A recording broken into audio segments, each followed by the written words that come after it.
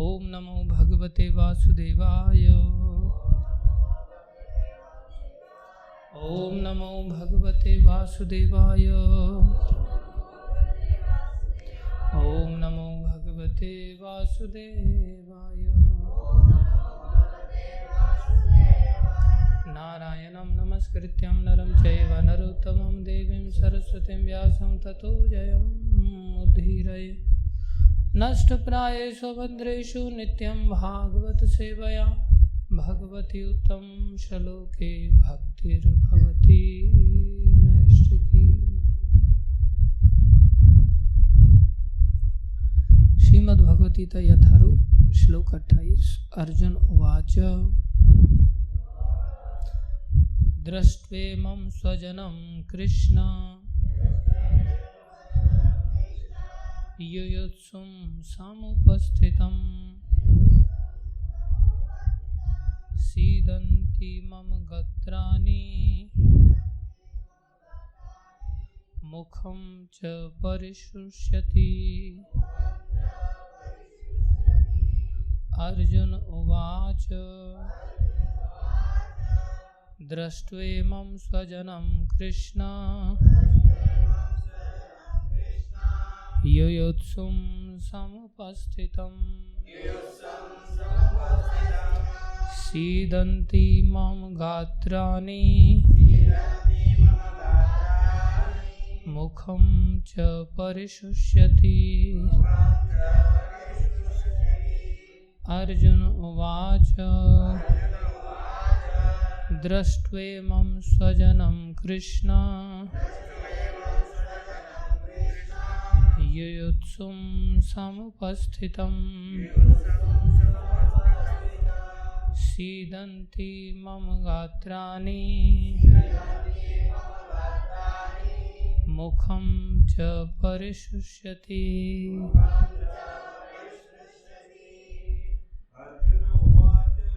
अर्जुन उवाच दृष्ट्वेमं स्वजनं कृष्णं युयुत्सुं समुपस्थितं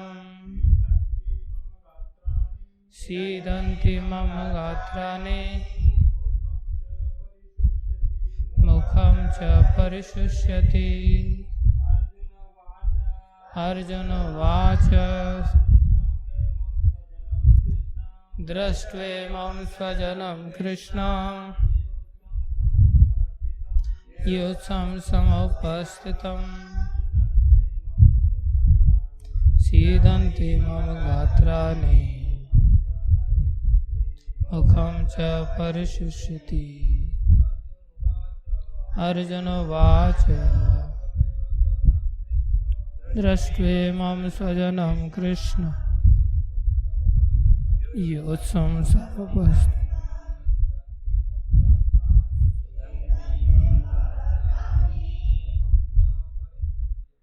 मुखं च परिशुष्यति। माताएं। अर्जुन उवाच दृष्ट्वेमं स्वजनं कृष्णं समुपस्थितं सीदन्ति मम गात्राणि मुखं च परिशुष्यति। शब्दार्थ अर्जुन उवाच।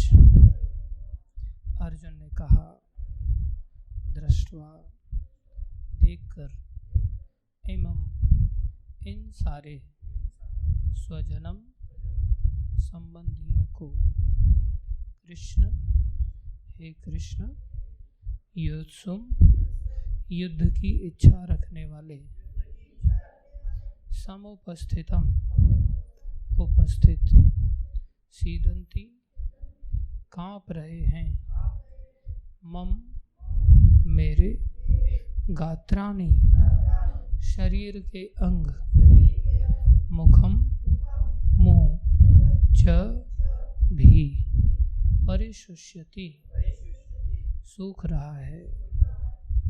अनुवाद अर्जुन ने कहा हे कृष्ण, इस प्रकार युद्ध की इच्छा रखने वाले अपने मित्रों तथा संबंधियों को अपने समक्ष उपस्थित देखकर मेरे शरीर के अंग कांप रहे हैं और मेरा मुंह सूखा जा रहा है।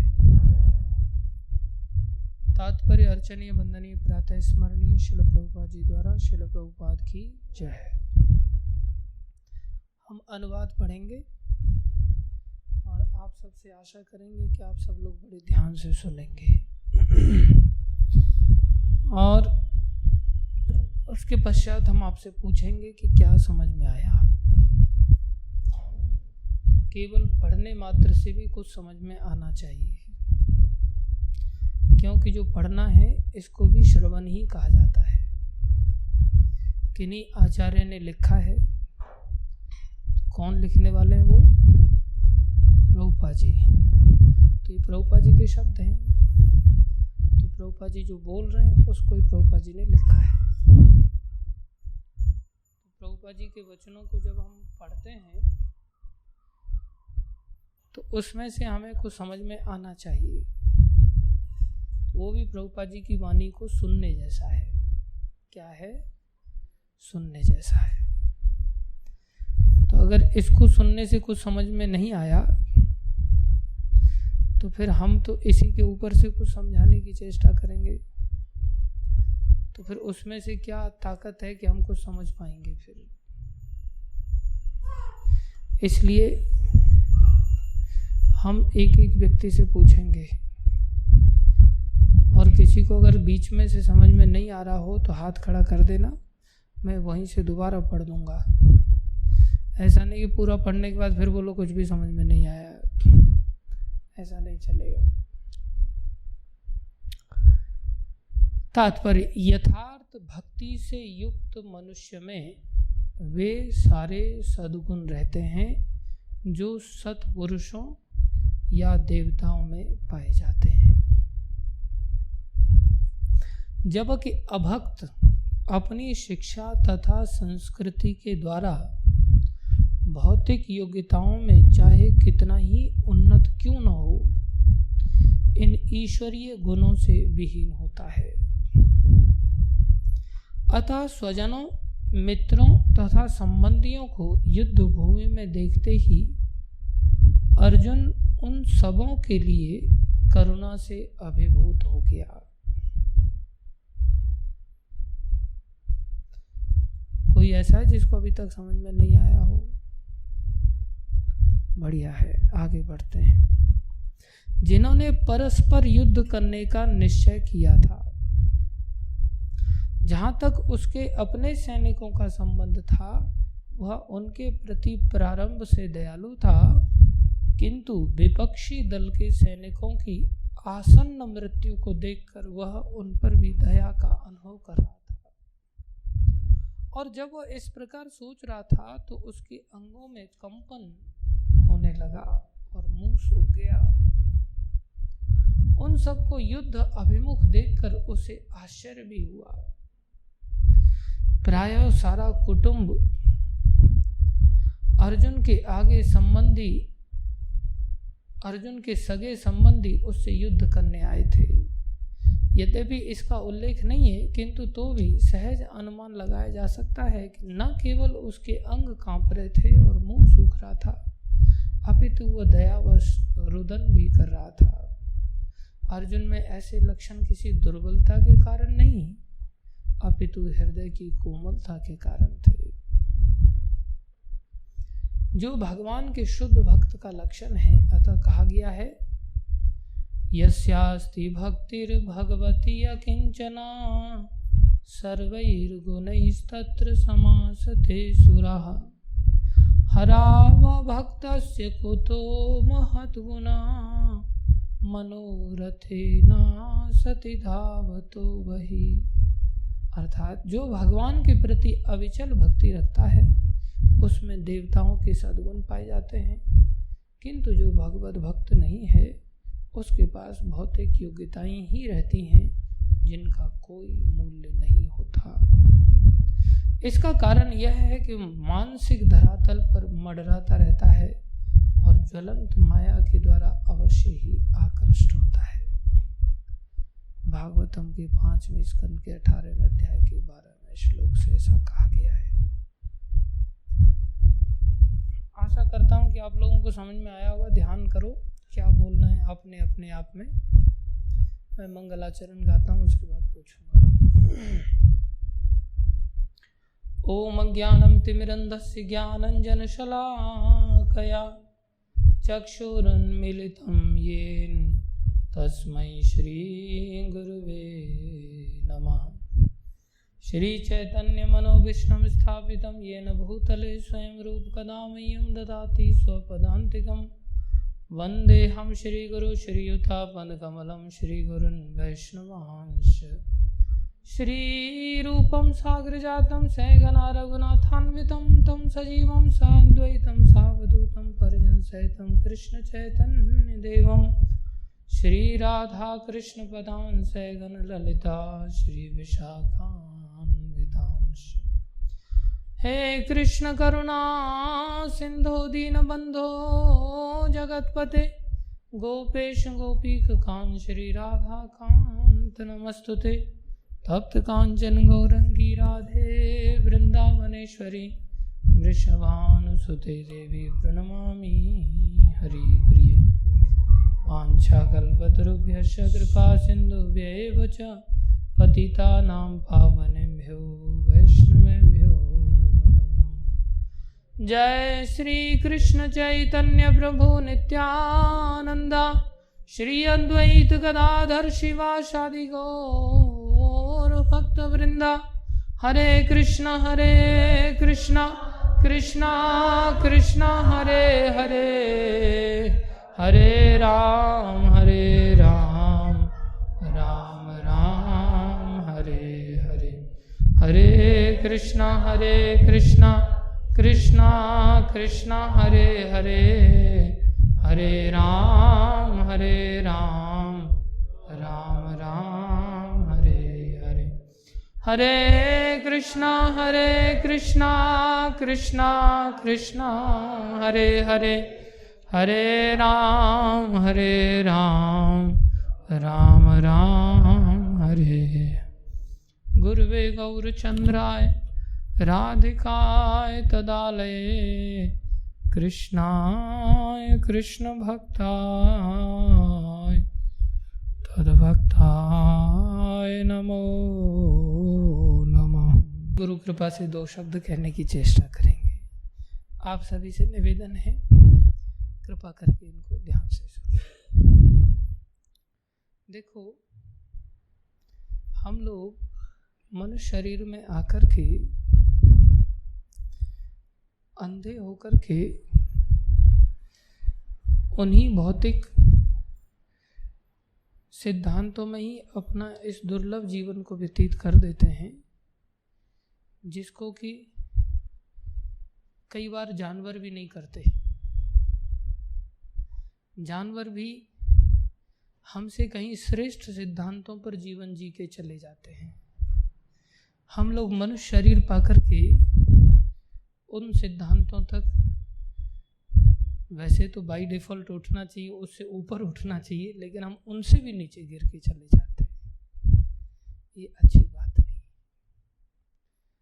संसार में प्रायः ज़्यादातर समाज के लोग भौतिक योग्यताओं को अर्जित करने के पीछे भागते रहते हैं। यहाँ तक कि हम जैसे तथाकथित भक्त लोग भी जो भक्ति मार्ग में कुछ न कुछ समझ करके अपने जीवन को डवटेल करते हैं, लेकिन हम लोग भी अपनी औलाद को, अपने सगे संबंधियों को, उन सबको भौतिक क्षेत्र में ही प्रवेश कराते हैं। अपने बच्चों को भौतिक शिक्षा दिलाने के पीछे आतुर रहते हैं। बोले आध्यात्मिक गीता भागवत पढ़े ना पढ़े, लेकिन संसारी पढ़ाई जरूर पढ़ना चाहिए। उसको बहुत ज़्यादा महत्व देते हैं। कई बार इस प्रकार से प्रस्तुतिकरण करते हैं कि प्रभु जी कल चल करके अगर ये गीता भागवती पढ़ जाएगा तो इसको नौकरी चाकरी कहाँ से लगेगी? या प्रचार ही करना है इसने तो भी कम से कम भौतिक पढ़ाई की तो जरूरत होती है ही। प्रभु जी आपने भी कर रखी है। इस प्रकार के लोग स्टेटमेंट देते हैं। कल कैसे कैसे इसका विवाह होगा, कल कहाँ से ये मकान दुकान बनाएगा, कैसे जिएगा, इसलिए पहले ये पढ़ ले। हम रोकते नहीं इसको, बाद में गीता भागवत आदि आध्यात्मिक पढ़ाई पढ़ ले तो कोई दिक्कत नहीं है। इसका तो ये समय है ना। बाकी भक्ति का तो बुढ़ापे में भी हो सकती है, कभी भी हो सकती है, कभी भी पढ़ सकता है। ये पढ़ाई न निकल जाए हाथ में से। प्राय लोग कितना महत्व देते हैं, जब होना क्या चाहिए। अगर कोई इन सिद्धांतों को अगर पढ़ लेता है, जैसे प्रभुपाद जी कहते हैं, if character is lost your everything is lost. So first education is how can you make the character of the living entity. उस व्यक्ति का करेक्टर कैसे डेवलप किया जाए। फिर वो संसार में अगर इस पढ़ाई को नहीं भी पढ़ पाता है या पढ़ भी पाता है तो देखा जाएगा आगे, वो काम में उसको यूटिलाइज कर भी लेगा अगर इसको पढ़ पाता है संसारी पढ़ाई को। और अगर नहीं उसके जीवन में करेक्टर डेवलप हो पाया तो उस पढ़ाई का वो उपयोग नहीं, क्या करेगा, दुरुपयोग करेगा, ऊंचे स्तर पर दुरुपयोग करेगा। एक बार क्या घटना घटी, एक टीचर कुछ विद्यार्थियों को पढ़ा रहा था और विद्यार्थी पढ़ते नहीं इतना आसानी से, कठिन होता है विद्यार्थियों को पढ़ाना। तो विद्यार्थियों, तुम कैसे गधे हो, मैंने कितने गधों को कलेक्टर बना दिया, लेकिन तुम तो पता नहीं कहाँ से ऐसे गधे निकल के आए, महागधा, कि तुम लोग पता नहीं समझते नहीं बातों को। कई गधों को मैंने हालांकि कलेक्टर बना दिया पढ़ा करके। उसी समय एक धोबी गुजर रहा था अपने गधों को लेकर के, और धोबी ने ये बात सुना, अरे ये तो बड़ा आदमी है यार धोबी, ये टीचर तो बहुत बढ़िया है, ये गधों को कलेक्टर बनाता है। उसने सोचा मेरे पास 2 गधे हैं, एक गधे से काम चला लूंगा, एक गधे को कलेक्टर बना दूंगा। तो बेचारा एक गधे को लेकर सुबह सुबह पहुंच गया, महाराज आप तो बड़े महान हैं, आपसे मेरा निवेदन है, ये मेरा बड़ा सीधा गधा है, आप कृपा करके इसको कलेक्टर बनाइए। कल मैं जा रहा था यहाँ से तो मैंने सुना आप तो गधों को कलेक्टर बना देते हो। अब ये इतना सीरियसली गधे को लेकर के गया, क्या वो मना भी करे तो कैसे कर सकता है, ऐसे व्यक्ति को कैसे समझाओगे आप। उसने तो शब्दों को पकड़ लिया। प्राय लोग शब्दों को पकड़ते हैं, भावनाओं को या सिद्धांतों को नहीं पकड़ पाते, इतनी अकल होती नहीं।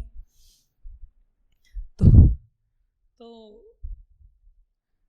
बोले अरे ऐसी बात नहीं, नहीं आप ऐसा मत कीजिए, देखिए मैं आपसे हाथ जोड़ के विनती करता हूँ, आपको जो लगेगा मैं थोड़ी बहुत आपको दक्षिणा भी दे दूंगा, मेरा ये बहुत सीधा गधा है, मेरे 2 गधे हैं, एक गधे से मैं काम चला लूँगा, मैं बहुत त्याग करके इसको आपकी शरण में लाया हूँ, आप कृपा करके इसको कलेक्टर बना दीजिए। बोले ये वाले गधे नहीं होते, वो दूसरे वाले, अरे वो दूसरे वाले जो भी हैं आप गधे को बना सकते हैं, मैं कुछ नहीं जानता। वो बांध करके चला गया। अब ये बेचारा सोच रहा है कि अब मैं इसको कैसे कलेक्टर बनाऊं इस गधे को। अब 2 दिन हो गए, 3 दिन हो गए, 5 दिन हो गए, हफ्ता हो गया, वो सोच रहा है लेने नहीं आ रहा है। अब उसको समझाना भी कठिन है। इसने क्या किया, इस गधे को बेच दिया। सोचा लेने तो आ नहीं रहा है, ये दरवाजे पे बांध के चला गया है, बेच देते। वो 1 हफ्ते 2 हफ्ते बाद आया वापस, बोले महाराज क्या हुआ, मेरा गधा पढ़ाई लिखाई बढ़िया कर रहा है कि नहीं कर रहा है, आपकी इच्छा अनुसार काम कर रहा है कि नहीं, कलेक्टर बन जाएगा ना। अब ये उसको बोल रहा है कि मूर्ख, ऐसे गधे कलेक्टर नहीं बनते। नहीं आपने मेरे गधे को रखा है, मैं बहुत प्रसन्न हूँ, अब तो कलेक्टर बन ही जाएगा। तो इसने पल्ला झाड़ने के लिए कहा, हाँ ठीक है बन जाएगा, लेकिन तू जा। चला गया। फिर वो आए 1 महीने बाद, महाराज बना कलेक्टर मेरा गधा। अरे इतना जल्दी थोड़ी कलेक्टर बनता है, मैंने उसको भेजा है बनने के लिए, काम में लगा दिया, उसको शिक्षा दे रहा हूँ मैं, जाओ यहाँ से। ऐसे होते होते 1 साल बिता दिया उसने, बीच बीच में चक्कर लगाने आता रहता था वो। 1 साल के बाद वो सोच रहा है कि भाई दिखा तो दो मेरे को कि क्या क्या कलेक्टर बनने में उसने सीख लिया अभी तक, कितना कलेक्टर बन गया, आधा पौधा पद्दा कुछ तो बन गया होगा। बोले थोड़े समय और रुक जाओ, 1.5 साल हो गया, अरे मेरा गधा है कहाँ, उतना ही दिखा दो। बोले अब वो कलेक्टर बन गया है, पोस्ट भी प्राप्त हो गई है उसको, मथुरा में कलेक्टर बन गया वो, डीएम ऑफिस में अब तुम्हारा गधा बैठा हुआ है। वो बड़ा खुश हो गया, बोले नौकरी भी लग गई उसको, पोस्ट भी मिल गई उसको। तो खुश होकर के बोले जाओ उधर बात कर लो अपने गधे से, गया हो। अब कलेक्टर के निवास स्थल पे पहुंचा तो वहां जाकर के द्वारपालों ने रोका उसको। बोले तुम बोले मेरे को रोक नहीं सकते, मेरा गधा ही कलेक्टर बना हुआ है, तुमको पता नहीं है। तो बेचारे सोच में पड़ गए वो लोग भी, ये क्या बोल रहा है। तो अंदर वो घुस गया, सीधा घुस गया तो बात कलेक्टर तक पहुंची। कलेक्टर बाहर आया, बाहर आकर के कौन हो तुम? बोले कौन हो तुम, भूल गया तुम मेरे को? बोले क्या मतलब? बोले अरे मेरा गधा बेटा कलेक्टर बना ना, तुम मेरा गधा है ना, तुम कलेक्टर बना ना, उसने टीचर ने बनाया, उसने मारा उसको लात। बोले पहले भी तू लात मारता था? मतलब गधा तो मेरा ही है पक्का। तो उसने लात मारा, ये कहाँ से बेवकूफ आ गया, भगाओ उसको। उसको आखिरकार लात मार के भगा दिया उसको। वापस जाकर के टीचर के पास बोला तूने, बोले कलेक्टर तो बना दिया लेकिन मेरा गधा हाथ से चला गया। बोले पहले तो फिर भी कपड़े धोता था कम से कम थोड़ा बहुत, अब तो ऐसा गधा निकला हो कि कलेक्टर बन करके मैं आपका धन्यवाद तो देना चाहता हूँ कलेक्टर बनाने के लिए, लेकिन अब मेरा गधा ही हाथ से चला गया, मैं क्या करूँ। अब तो वो कपड़े भी नहीं धोता, उल्टा मेरे को ही लात मार के बाहर निकाल दिया। क्या फायदा है ऐसा कलेक्टर बनाने का। कहने का भाव ये है, आजकल प्रायः माता पिता लोग अपनी औलाद को ऐसा ही कलेक्टर बनाना चाहते हैं, और ऐसा कलेक्टर की लोग गारंटी भी लेते हैं, और वो बिल्कुल गधे जैसा ही व्यवहार उनका पहले भी होता है, और बाद में जाकर के कलेक्टर बनने के बाद बड़े गधे बन जाते हैं, वो लात मार के बाहर कर देते हैं। जबकि वैष्णव कल्चर में किसी को भी पैर स्पर्श भी कर जाए तो हाथ माथे से लगाते हैं, छूते हैं उसको, गलती हो गई।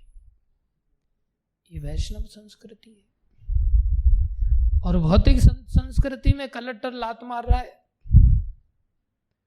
अर्थात तो उसके अंदर गधापन अभी गया नहीं। आप लोग ऐसा मत सोचना कि वो गधा कलेक्टर वास्तव में ही बन गया हो। आजकल के बच्चे गधा जरूर गधा कलेक्टर बने रहते हैं, बड़े बड़े हो जाते, लेकिन उनमें मैनर्स नहीं आ पाते, उस प्रकार के कल्चर्ड नहीं हो पाते। वैष्णवता ही कल्चर्ड आदमी को बना सकती है।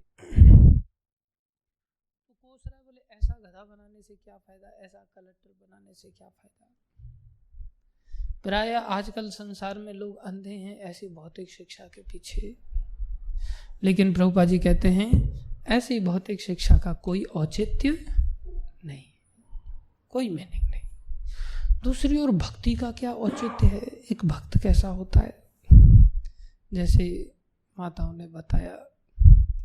बोले भक्त ऐसा श्रेष्ठ होता है, कैन यू इमेजिन, युद्ध मतलब क्या होता है? युद्ध मतलब मरने और मारने जैसा माहौल, जहां प्राण लिए जाते हैं और जहां प्राण देने पड़ जाते हैं, ऐसी स्थिति।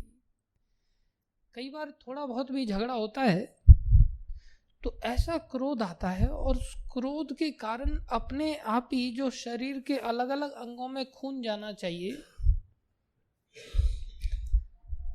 शरीर के अलग अलग अंगों में खून जाता ही है, ब्रेन में भी खून जाता है, लेकिन जब क्रोध आता है तो खून ब्रेन में नहीं जाता, हाथों में चला जाता है बहुत तेजी से, और हाथ फड़फड़ाने लगते हैं। ब्रेन में काम करना बंद कर देता है, क्यों? खून ही नहीं पहुंचा। इसलिए क्रोध में उसको समझ नहीं आता क्या करना है और क्या नहीं करना है। और उस स्थिति में हाथों में इतना तेजी से खून जाता है कि हाथ आप रोक नहीं सकते।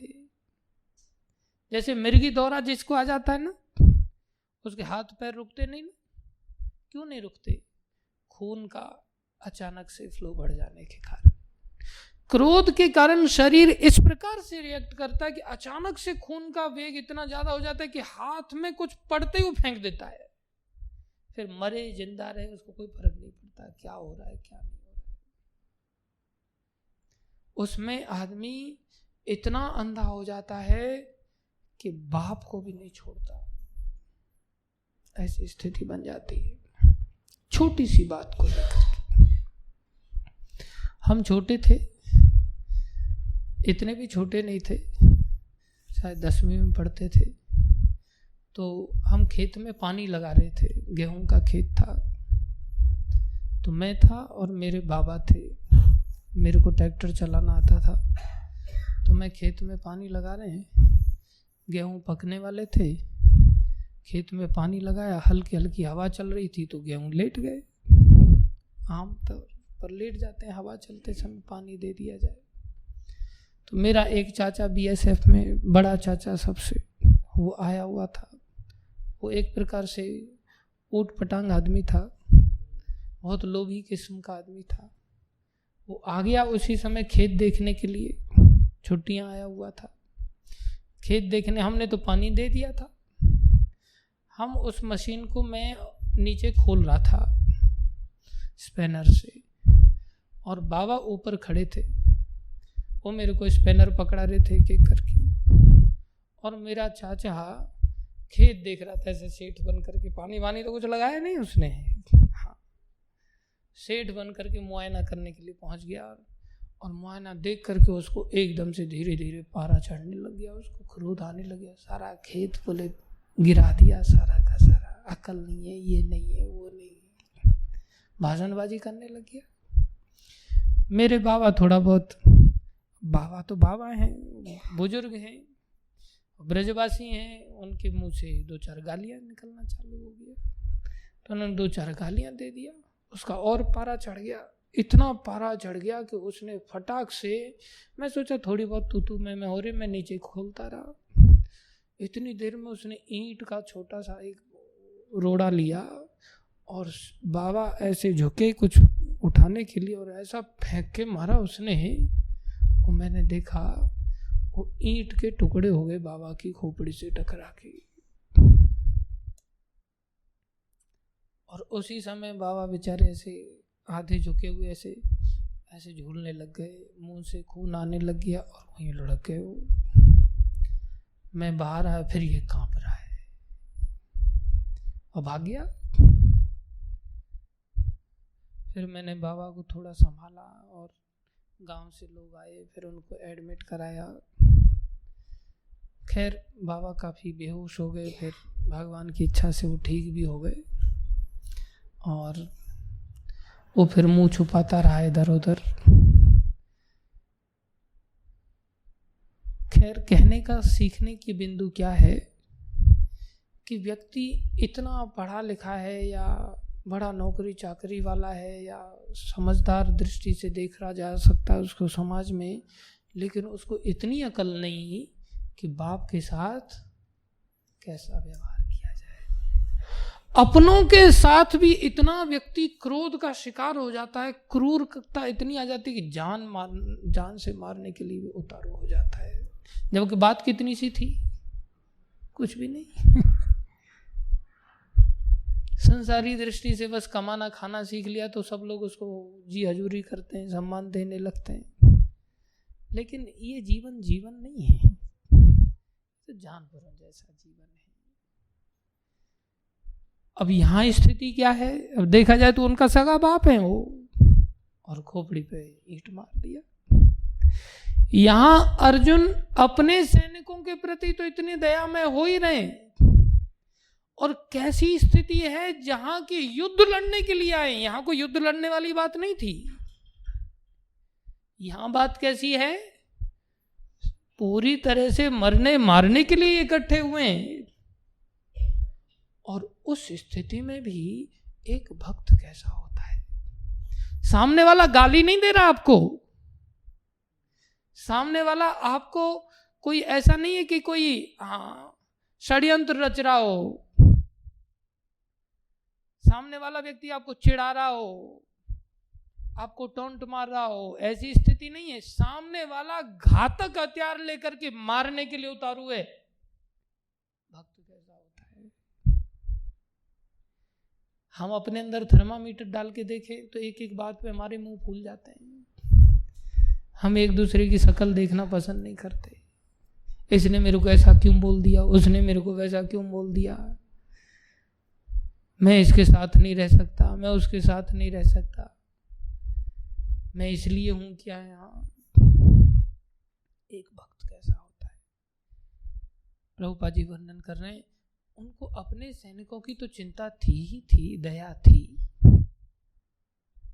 संसार में लोगों को अपने लोगों की भी चिंता नहीं होती। लोग अपनों को आगे भेज देते, तू मर जा मैं बचा रहूंगा। लेकिन यहाँ सामने लोग मारने के लिए, जान से मारने के लिए, एक नहीं कई सारे इकट्ठे हुए हैं, अधिक तादाद में इकट्ठे हुए हैं। कम मात्रा में होते, अपनी संख्या ज्यादा होती तो भी दया दिखाई जा सकती थी। अपनी संख्या कम है, सामने वालों की संख्या ज्यादा है। अपने दोषी नहीं है, सामने वाले दोषी हैं। गाली मात्र नहीं दे रहे हैं, उल्टे सीधे शब्दों का उपयोग नहीं कर रहे हैं, जबकि जान से मारने के लिए उतारू हैं। और उस समय ऐसी दया, कितनी दया, इतनी दया, इतनी दया कि अब उनको वो मारने के लिए उतारू हैं, लेकिन ये जान से मार पाएंगे? बोले हाथ कांप रहे हैं। कैसी दया, हाथ कांप रहे हैं, कैसे मारूंगा मैं इनको। मुंह सूख रहा है, कुछ बोलने की इच्छा नहीं हो रही है। हाँ, हम तो धड़ाधड़ गाली पे गाली मार देते, मुंह सूखता है क्या हमारा? हमारे अंदर फिर क्या है? अगर हमें एक गाली दे तो हमें कितनी गाली याद आती? मुंह सूखता है, सूखे हुए मुंह में पानी आ जाता है।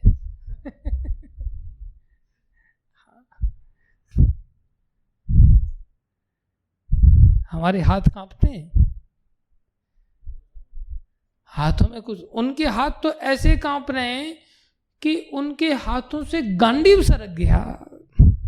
इसको हाथ कांपना कहते हैं।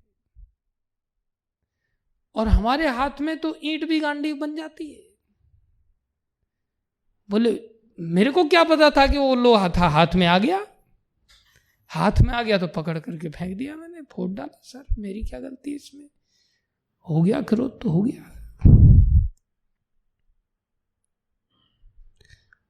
उनके अंदर क्या है? क्या है? दया के कारण उनका हृदय इतना कोमल है। वो ये नहीं देख, उनको ये जरा सा भी नहीं सुनाई दे रहा है कि सामने वाला कह क्या रहा है। उनको ये जरा सा भी नहीं दिखाई दे रहा है कि ये कौन कौन से हथियारों को, ओ मेरे को मारने के लिए ये हथियार लेकर के आया है। और मेरा इतना करीबी व्यक्ति आया है मेरे को मारने के लिए। बाहर का व्यक्ति आए, कई बार इतना क्रोध नहीं आता, और जब अपने ही लोग अगर जान से मारने पर आ जाए तब कितना क्रोध आता है। बोले मैंने पाल पोस के इसीलिए बड़ा किया था, इसी के लिए इसके साथ नाता जोड़ा था। उस स्थिति में उस व्यक्ति पर कितना क्रोध आएगा। उनको वो सब कुछ भी नहीं दिख रहा है। उनको क्या दिख रहा है? ये बेचारे मारे जाएंगे। कैसी दया है। और बैठ गए हो, कोई स्थिति नहीं है। वो अर्जुन जो दुनिया के सर्वश्रेष्ठ धनुर्धारी हैं, आदमी तो बिना किसी परिस्थिति के ही अपनी कलाकारी दिखाने लग जाता है। जिसके अंदर छोटी मोटी कला हो। उसको कहते अंधों में कान्हा राजा। कई बार ठीक से मृदंग प्लेयर अगर कोई ना हो ना, तो जो थोड़ा बहुत ठोकना जानता ना, वो भी एकदम फट फट फट फट करके एकदम ठोक के दिखाता है कि देखो मेरे को ये कला भी आती है।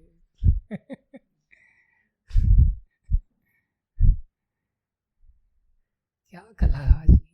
और जो सर्वश्रेष्ठ धनुर्धर है वो तो एकदम से, हाँ तुमको पता नहीं है किसके सामने आए हो तुम लोग युद्ध करने के लिए, अभी बताता हूँ मैं, बोले वो तो मौका है एक प्रकार से अपनी शक्ति का प्रदर्शन करने का।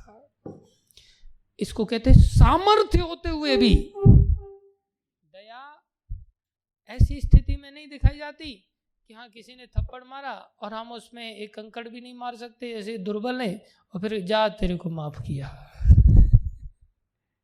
बोले बड़ा दयालु है यार ये तो। जाए ये दया के लक्षण नहीं होते।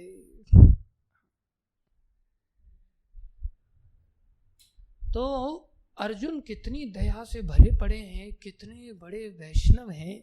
हमारे अंदर तो एकदम भन भन भन भन भन भन होता रहता है, खाली मिसअंडरस्टैंडिंग को लेकर के। कोई घटना नहीं भी घटी हो ना, किसी ने टोन ना भी मारा हो, किसी ने कुछ ना भी कहा हो, केवल आकर के सामने बस बिना आपसे मिले ही चला जाए। देखा दुश्मनी बना लिया उसने मेरे साथ, मिलने ही नहीं आया। 4 लोग आकर के और आपसे नहीं मिला, वो आया तो आश्रम में, वो भी एकदम चिंगारी लगाएंगे उसको। मैंने तो आपके बारे में बताया था उसको, प्रभु जी यहीं खड़े हैं, प्रभु जी आपको देख के चला गया। उसके मन में जरूर कुछ ना कुछ चल ही रहा है आपके खिलाफ, और फिर आपका मन ऐसा बन जाए, हाँ, फिर आप जाकर के उसको एकदम क्रूरता की दृष्टि से देखेंगे, यमराज की दृष्टि से, यमदूत की दृष्टि से। ये दया के लक्षण नहीं होते। ये किसके लक्षण है? दया का उल्टा निर्दयता। ये निर्दयता कब तक रहेगी? जब तक हम भक्त नहीं बनेंगे। हराव अभक्तस्य को तो महत् गुण। वो जो भगवान का भक्त नहीं है उसमें महत् गुण आए कहाँ से? अर्थात अगर हमारे अंदर ऐसे महत् गुण नहीं है, हमें समझ लेना चाहिए हम अभी भक्त नहीं बने। अरे हम माला जप रहे हैं, दर्शन कर रहे हैं, सब कुछ कर रहे हैं, भागवत अटेंड कर रहे हैं, सब कुछ कर रहे हो, लेकिन अगर उसको मनमाने ढंग से कर रहे हो तो आपको इन सब चीज़ों का परिणाम नहीं मिलेगा। नहीं मिलेगा मतलब गीता में तो भगवान कहते हैं स्वल्पम अप्यस्य धर्मस्य त्रायते महतो भयात्, और कहते हैं ना सतो विद्यते, नहीं नेहाभिक्रम नाशो अस्ति प्रत्यवायो न विद्यते। बोले इस अभिक्रम का तो नाश ही नहीं है। यहाँ तक कहा है कि कोई हेला या कोई उपहास या किसी को घृणा पूर्वक हरे कृष्णा भी बोलता है तो भी उसका कल्याण हो जाता है, और हम तो माला जप रहे हैं, फिर हमारा कल्याण क्यों नहीं हो रहा है? बोले जब तक हम वैष्णव आचार्यों के अनुगत्य में भक्ति नहीं करते, मनमाने ढंग से भक्ति करते हैं, तो इसका परिणाम आएगा जरूर, लेकिन 10,000 वर्ष बाद आएगा या 10 लाख वर्ष बाद आएगा या 10 करोड़ वर्ष बाद आएगा, ये कहना कठिन है। अगर हमें इसका फल शीघ्र चाहिए तो हमें आचार्यों के अनुसार जीवन जीना पड़ेगा। जैसा गुरुजन कहें हमें बिल्कुल वैसा ही जीवन जीना पड़ेगा। गुरुजन कहते सुबह 4:30 बजे उठो, मतलब तैयार होकर के उठो, तो 4 से पहले ही तैयार होकर के पहुंच जाओ, 4:30 बजे पहुंच जाएं। फिर कहते हैं कि भाई फिर उसके पश्चात कथा श्रवण करो या जप करो, जैसा जैसा जहाँ पर आपको आदेश दिया जाए, जहाँ पर हम रह रहे हैं वहाँ के नियम कानूनों का हमें पालन यथारूप में करना चाहिए। अपनी खोपड़ी नहीं उजानी चाहिए। जैसे ही अपना लगा देते हैं उसी समय हम उससे वंचित हो जाते, उस आशीर्वाद से वंचित हो जाते। प्रभुपाद जी ने सिद्धांत बताया 4:30 से 8:30 बजे तक थोड़ा प्रभु सूंघ लेने दिया करो एकदम से। आप एकदम से ऐसा लगता है कि उसमें से ज़्यादा नहीं सूंघूंगा मैं, सबके लिए छोड़ दूंगा, उसमें से खुशबू आती रहती है, लेकिन आप एकदम से ऐसे करके ऐसे एकदम से छीन लेते हैं तिवारी जी। थोड़ा हाँ, आगे से ध्यान रखना तिवारी जी, ठीक है। अब ये कोरोना का डर नहीं है इतना ज़्यादा, थोड़ा सा सूंघ लेने दिया। तो अभी हम निर्दयी हैं, हमारे अंदर भक्ति नहीं है।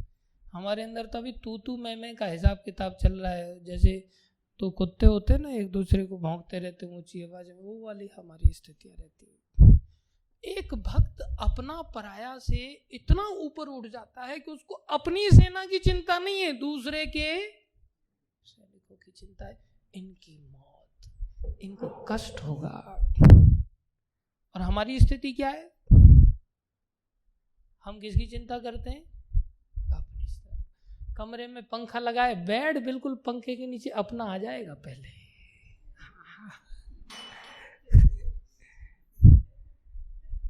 और उस पे फिर हम सोएंगे। बाकी लोग आप इधर सो जाइए, आप इधर सो जाइए। कितनी बड़ी वैष्णवता कूट कूट के भरी पड़ी। अपने को एसी वाला कमरा चाहिए, बाकी दूसरे लोग गर्मी में मरते रहो, क्या फर्क पड़ रहा है। हम सभी प्राय अपना रोना रोते हैं, अपनी सुविधाओं की परवाह पहले करते हैं, दूसरों की चिंता नहीं करते। कई बार हम ऐसे लोगों से मित्रता करते हैं जिन लोगों को सुविधा अधिक हो रही हो ना, बोले इससे मित्रता कर लो भाई, इसके साथ अपने को भी बेनिफिट मिलते रहेंगे। बोले कीर्तनिया लोगों को बढ़िया एकदम घूमने फिरने को मिल जाता है, थोड़ा करतल बजाना सीख लेते हैं हम भी, कम से कम लाइन लग जाए करेगी हमारी। ये कोई नहीं सोचता अरे ये बेचारा भक्त झाड़ू लगाता है, चलो मैं थोड़ा पोछा लगाना सीख लेता हूँ। नहीं, उसके लिए कोई तत्परता नहीं दिखाता। तो भक्ति हमारे से बहुत दूर चली जाती है। हम कभी ऐसे भक्त नहीं बन सकते जब तक हम ऐसे आज्ञाकारी नहीं बनेंगे। ये थर्मामीटर है। अगर ऐसे लक्षण हैं, अब इसमें कंफ्यूज भी नहीं होना चाहिए। बहुत सारे लोग कंफ्यूज हो जाते हैं संसार में। बहुत सारे लोग क्या सोचते हैं, ऐसे लक्षण प्रभु जी संसार में दिखाई दे जाते हैं और कई बार भक्तों के अंदर दिखते नहीं। बोले जो माला जप रहा है, जो भागवत पढ़ रहा है, ऐसे लोगों के अंदर ऐसे लक्षण नहीं दिखाई देते, तो संसार में लोग बड़े दयालु नजर आ जाते हैं कई बार। वो भी आपका कंफ्यूजन है। पहली बात तो ऐसे लक्षण हमें नहीं आ रहे, इसका मतलब समझ लो हमारे अंदर भक्ति नहीं है। इसका मतलब साफ समझना चाहिए हम आज्ञाकारी नहीं है, अन्यथा तुरंत आते हैं ऐसे लक्षण, ज्यादा देर नहीं लगती। क्षिप्रम भवति धर्मात्मा अपि चेत सुदुराचारो, जो महादुराचारी है वो भी जल्दी से बोले भक्त बन जाएगा। भजते माम अनन्य भाग, अगर अनन्य होकर के वो मेरा भजन करता है, ऐसा भगवान की घोषणा है। इसलिए कोई व्यक्ति अगर भक्ति में लगा हुआ है, आज्ञाकारिता के आधार पर अगर वो भक्ति में लगा हुआ है, तो वो शीघ्र ही क्या बनने वाला है? भक्त बनने वाला। और भक्त बन गया कोई, उसका क्या प्रमाण है? उसका प्रमाण क्या है? वो इतना ज्यादा दयालु बन जाता है। दयालुता का क्या लक्षण है? बोले दयालुता घर के लिए और बाहर के लिए क्रूरता, ऐसा नहीं, उसमें अपना पराया होता ही नहीं, उसे वैष्णव कहते हैं। ये नहीं हम भजन कर रहे हैं तो बोले अब तो मैं भक्त बन गया, कंठी धारण कर लिया, तिलक लगा लिया, धोती कुर्ता पहन लिया। नहीं, अपने पराये से आप ऊपर उठे क्या? आप अभी अपनी चिंता करते हो, या अपनों के कुछ सेक्टर की, कुछ सेक्शन की चिंता करते हो, या दूसरों की भी चिंता करते हो आप? उस पर निर्भर करेगा। अपना पराया से ऊपर उठ गए मतलब आप वैष्णव बन गए, उससे पहले वैष्णव नहीं बन पाए। एक तो ये लक्षण निकला। दूसरा क्या लक्षण निकलता है संसार में, हम कंफ्यूज हो जाते हैं। बोले संसारी लोग तो हमसे अच्छे हैं, कई बार आश्रम के लोगों से अच्छे हैं। आश्रम के लोग तो केवल अपना अपना सोचते हैं, अपना दूध का गिलास भर के ले जाते हैं, अपना रोटी बढ़िया घी वाली निकाल निकाल करके ले जाते हैं, सब्जी में से अपना पनीर निकाल निकाल करके ढूंस के ले जाते हैं। दूसरे के लिए रोटी बची है कि नहीं बची है, खिचड़ी बची है कि नहीं बची है, हाँ अपना तकिया ढूंढ के ले जाएंगे, दूसरे के लिए उसका कवर निकाल करके उसको दे देंगे, एकदम से पूरा काला कलूटा करके उसको, तेरे लिए ये तकिया है। अपना अपना देखते हैं। बोले बाहर के लोग तो फिर भी बड़े उदार हैं, वो तो भजन भी नहीं करते। नहीं, उसको अलग सिद्धांत से समझो, उसको इस प्रकार से समझो कि जैसे दो वृक्ष हैं, एक वृक्ष जिसको अभी अभी ट्रांसप्लांट किया गया है और उसने जड़ पकड़ लिया है। जैसे ही वो जड़ पकड़ता है, एक बार उसका पूरी तरह से पत्ते झड़ जाते हैं, तो ऐसा लगता है ये सूखा है, लेकिन उसने जड़ पकड़ा है। दूसरी ओर एक वृक्ष है जो बहुत हरा भरा है, लेकिन उसकी जड़ अभी अभी काट दी गई है। हरा भरा है अभी, लेकिन उसकी जड़ कनेक्टेड जमीन से नहीं है। कौन सा वृक्ष अच्छा मानेंगे आप? बाहर की दृष्टि में एक सूखा है और एक हरा भरा है, कौन सा अच्छा माना जाएगा? जो सूखा है। क्यों उसको अच्छा मानेंगे? जल्दी ही वो जड़ पकड़ने के कारण क्या होने वाला है? हरा भरा होने वाला है। और जो सूखा है, जिसकी जड़ कटी हुई है, वो क्या होने वाला है? सूखने वाला है। इसलिए संसार में अगर कोई बहुत प्यार करता हुआ दिखाई देता है, बहुत उदार दिखता है, बहुत दयावान दिखता है, बहुत सत्यवादी दिखता है, हाँ, लेकिन अगर वो भगवान के भजन से जुड़ा हुआ नहीं है, उसकी जड़ कनेक्टेड नहीं, जल्दी ही आपको सारे गुण उसके सूख जाएंगे और आपको धोखा देगा वो। और एक भक्त जिसके अंदर कोई गुण नहीं दिखाई दे रहा है, ऐसा लग रहा है ये तो पतझड़ सूख गया ये पूरी तरह से, लेकिन शीघ्र ही वो भक्त बन करके आपका आपातकालीन स्थिति में अवश्य ही सहयोग करेगा। थोड़ा समय इंतजार करने की जरूरत है। इसलिए हमें खुद भक्त बनना चाहिए, अर्थात भजन से तो जुड़ा रहना ही है, चाहे हम आज्ञा के साथ जुड़े या बिना आज्ञा के जुड़े। कुछ लोग हैं बोले मैं धाम में ही रहूंगा, धाम छोड़ के नहीं जाऊंगा मैं। हो सकता है इस मंदिर में रहूं, नहीं रहूं किसी दूसरे मंदिर में रहूं, धाम में ही रहूंगा, लेकिन धाम छोड़ के नहीं। हालांकि ये मैं एक उदाहरण दे रहा हूं, आप इसको किसी व्यक्ति विशेष की ओर देख करके मत सोचिएगा। व्यक्ति विशेष की ओर कई बार लोग मजाक में भी ऐसा बोल देते हैं और दूसरे लोग सीरियस ले लेते हैं, तो उनको मजा आता है कि देखो इसने सीरियस ले लिया, बढ़िया मजा आएगा। कई बार ऐसा होता है, हम भी बहुत मजाक करते थे लोगों के साथ, लेकिन ऐसी मजाक भी वैसे नहीं करनी चाहिए, अच्छी बात नहीं है ऐसी मजाक करना भी। विम्सिकल नेचर की ओर मजाक भी ले जाओ, वो ठीक नहीं। तो कई बार लोग ऐसा सोचते हैं मैं जब तो कभी नहीं छोड़ूंगा, शादी हो जाए तो क्या दिक्कत है उसमें, कोई दिक्कत नहीं, जब नहीं छोड़ूंगा मैं फिर भजन करता रहूंगा। अच्छी बात है, भजन तो कभी भी छोड़ना ही नहीं चाहिए, लेकिन भजन अगर आज्ञाकारी हो जाए तो शीघ्र गुणों को ले आएगा। इसलिए हमें आज्ञाकारी बनने के प्रति बहुत चेष्टावान होना चाहिए। दूसरी, ये तो खुद के लिए हो गया। दूसरी ओर हमें कभी भी भक्तों से अगर कुछ उल्टा सीधा हमें व्यवहार प्राप्त हो और संसार के लोगों से हमें बहुत बढ़िया व्यवहार प्राप्त हो, तो भी संसार के लोगों पे भरोसा नहीं करना। भक्त लोग चाहे रोज ईंट पत्थर मारें, लेकिन सामने वाला जप कर रहा है तो हमें हॉस्पिटल भी वही लेके जाएगा और कल चल करके फूल भी वही चढ़ाएगा। चिंता की बात नहीं, थोड़ी देर रुक जाओ बस। इसलिए किसी भी भक्त को घृणा की दृष्टि से नहीं देखना चाहिए, इससे हमारा अवश्य कल्याण होगा। तो ही हम वैष्णवता के इस सौभाग्य को प्राप्त कर पाएंगे। नहीं तो भैया कलेक्टर बनेंगे लेकिन लाते मारेंगे और महागधा सिद्ध होंगे, किसी काम के गधे नहीं होंगे। फिर चाहे कलेक्टर बनो चाहे कुछ भी बनो। इसलिए संसारी शिक्षा के पीछे पागलों की तरह नहीं भागना चाहिए। हमें भक्त बनना चाहिए। और इसी कारण से अर्जुन का भगवान ने साथ दिया। अर्जुन की यही योग्यता थी भक्त बनने की, इसलिए अर्जुन का साथ हमेशा भगवान ने साथ दिया।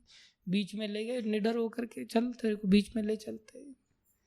नहीं तो कोई व्यक्ति षड्यंत्रकारी तो थे ही, उनको अंदर कौन सा धर्म था, देख करके बीच में ही अगर आक्रमण कर देते। लेकिन रक्षा कौन करने वाले हैं? श्री कृष्ण। श्री कृष्ण अवश्य ही रक्षा करते हैं। थोड़ा भरोसा करना चाहिए, भजन में अवश्य लगना चाहिए।